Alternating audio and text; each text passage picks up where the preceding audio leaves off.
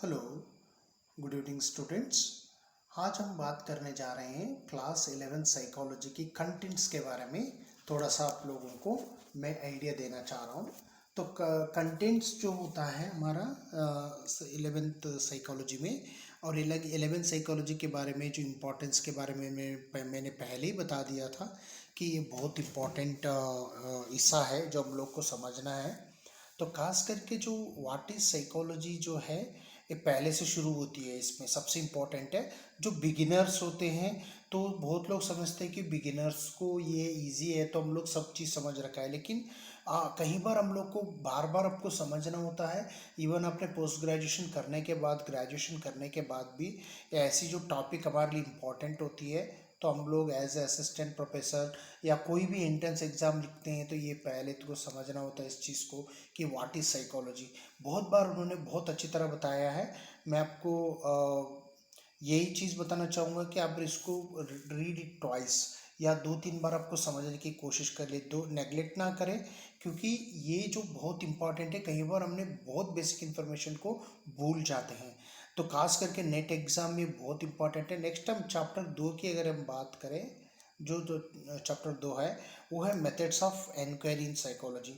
अब देखिए क्या होता है कि बेसिक रिसर्च कॉन्सेप्ट क्या होती है, कई बार हमको उसका क्लैरिटी आइडिया नहीं होती है। कई बार हमने बड़ी बड़ी टॉपिक को समझ लेते हैं और उसके बाद जो है हम लोग इसको भूल जाते हैं। तो इसी वजह से जो मेथड्स ऑफ इंक्वायरी की अगर हम बात करें तो हमारे लिए सबसे पहले इम्पोर्टेंट क्या है, जो हमारा सबसे इम्पोर्टेंट जो है रिसर्च का स्टेप्स क्या होती है, वेरिएबल्स क्या होती है, और different types of research method के बारे में भी उन्होंने बताया। जो हम लोग बोलते हैं रिसर्च मेथड बोल सकते हो, है ना। तो रिसर्च मेथड जो उसके बारे में अच्छी तरह उन्होंने बता दिया है। तो इसी तरह अगर हम बात करें तो आपको समझना पड़ेगा इस चीज़ को, जो बेसिक आपको कहीं क्लैरिटी की बहुत अच्छी तरह से क्लैरिटी आपको मिल जाएगा इस चीज़ ये पढ़ने से। और आपको इसके अलावा आप देख सकते हो तीसरा जो चैप्टर है बेसिस ऑफ ह्यूमन बिहेवियर, ये नॉन साइंस बैकग्राउंड होते हैं, जो ह्यूमैनिटीज़ बैकग्राउंड होते हैं उसको थोड़ा सा ये बेसिक पढ़ने से बहुत अच्छा रहेगा। जो यदि यूजीसी नेट की तैयारी कर रहे हैं तो आप लोग ऐसे समझ के चले जाए, जो बेसिक चीज़ है आप इसको इस चीज़ को याद रखिए क्योंकि बहुत ही इम्पोर्टेंट है। तो हम आगे चलते हैं थोड़ा सा। सबसे इम्पॉर्टेंट और एक चैप्टर आती है हमारा ह्यूमन डेवलपमेंट।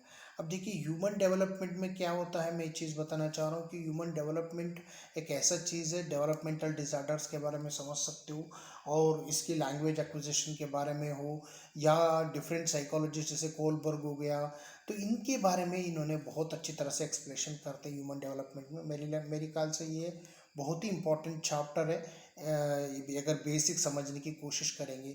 तो उसके बाद हम चलते हैं, बहुत इंपॉर्टेंट है जो कॉग्निटिव साइकोलॉजी का सेंसरी सेंसेशन के बारे में उन्होंने एक्सप्लेनेशन किया है, और और अटेंशनल एंड परसेप्चुअल प्रोसेस बहुत अच्छी तरह से उन्होंने एक्सप्लेनेशन किया है।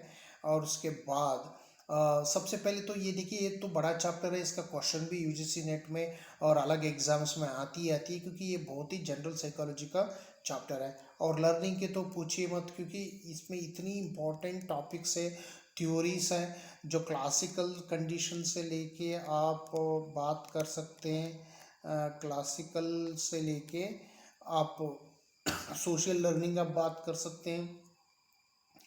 और कॉग्निटिव मैप के बारे में बहुत अच्छी थी है, छोटी छोटी उन्होंने बॉक्स बना के भी दिए रखा है। तो आप लोगों को बहुत ही इम्पोर्टेंट लग सकता है कि इस चीज़ अगर आप लोग बात करें, जब तक हम लर्निंग की बात हम करते हैं तो लर्निंग में सबसे इम्पोर्टेंट आपका ये सारे थ्योरीज आप पढ़ सकते हैं। लर्निंग थ्योरीज जो है, थ्योरी बहुत इम्पोर्टेंट है।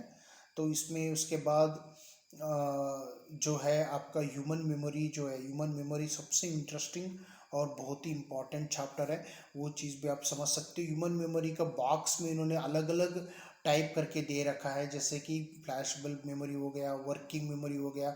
सबसे बड़ी बात ये है, इस इन्होंने हर चीज़ में एक छोटा सा बॉक्स बना के दे रखा है, जो आपकी अलग अलग, जैसे लॉन्ग टर्म मेमोरी को उन्होंने बहुत छोटे छोटे बॉक्स में उन्होंने दे रखा है। मैंने पहले भी एनसीईआरटी का जो फीचर बताते वक्त मैंने उसका एक्सप्रेशन किया, अगर यदि नहीं देखा तो वीडियो आप देख सकते हो।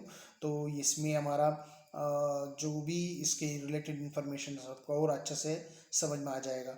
और थिंकिंग जो है, अगेन मैं थिंकिंग के बारे में बात करता हूँ। जो थिंकिंग इन्होंने इंट्रोडक्शंस किया है as a cognitive psychology 11th में, बहुत ब्यूटीफुली एक्सप्लेन किया है कि थिंकिंग हमारा क्या इम्पोर्टेंस रखती है, हमारा कितनी इम्पोर्टेंट है, इसकी खासियत क्या है।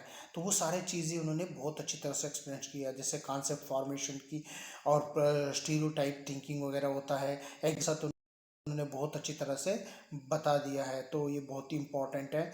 तो हम लोग आगे चलते हैं। जो देखिए इसमें लर्निंग, ह्यूमन मेमोरी, कुल मिला के आपको ये समझ में आ रहा है कि ये सारे चीज़ें जो है कॉग्निटिव साइकोलॉजी का आता है। कॉग्निटिव साइकोलॉजी हम बोलते हैं, कॉग्निटिव साइकोलॉजी। तो ये सारे कॉग्निटिव साइकोलॉजी हम कह सकते हैं। तो सबसे पहले इम्पॉर्टेंट है आपको कॉग्निटिव साइकोलॉजी को समझना। तो आपको बहुत ही इम्पॉर्टेंट मैं यही चीज़ बताना चाह रहा हूँ, जो चीज़ें आप लोग अभी कर रहे हैं, जैसे कि लास्ट में जो मोटिवेशन एंड इमोशन है, ये भी बहुत इंपॉर्टेंट है। क्योंकि मोटिवेशन इमोशन को जब तक नहीं समझ पाएंगे तो आपको पूरी पूरी 11th साइकोलॉजी को नहीं समझ पाओगे। उसके साथ आप देखिए हर एक चैप्टर के एंड में ग्लोसरी होती है, सजेस्टेड रीडिंग्स भी होती है। तो ये सबसे इम्पॉर्टेंट है बेसिक को समझने के लिए। आप लोग मैंने अगले क्लास में जो आऊँगा तो 12th का मैं एक्सप्लेनेशन करूँगा, और आज की मैं यही बताना चाह रहा था आप लोगों को। तो आप देखिए इसमें यदि आप लोग नया है मेरा चैनल के लिए तो आप सब्सक्राइब कर लीजिएगा मेरा चैनल को, और साथ भी बेल आइकन दबा दीजिएगा ताकि आप लोगों को नोटिस मिलते रहे। और साथ ही साथ आपके यदि फ्रेंड्स हैं या इसी की तैयारी कर रहे हैं तो उसकी बहुत अच्छे से एक्सप्लेनेशन चाहते हैं, तो क्वालिटी कंटेंट आपको देना चाहते हैं हम लोग, तो आप लोग मुझे सपोर्ट देंगे कि इस तरह से। तो अच्छी बात है कि हम लोग आगे करते रहेंगे, बहुत अच्छे अच्छे वीडियोस आप लोगों के लिए बनाते रहेंगे। तो आज के लिए मेरा इतना ही था। आप लोगों ने बहुत इसमें जो यूटिलाइज करते हैं, हम होपफुली में हम लोग यही सोच रहे हैं। तो थैंक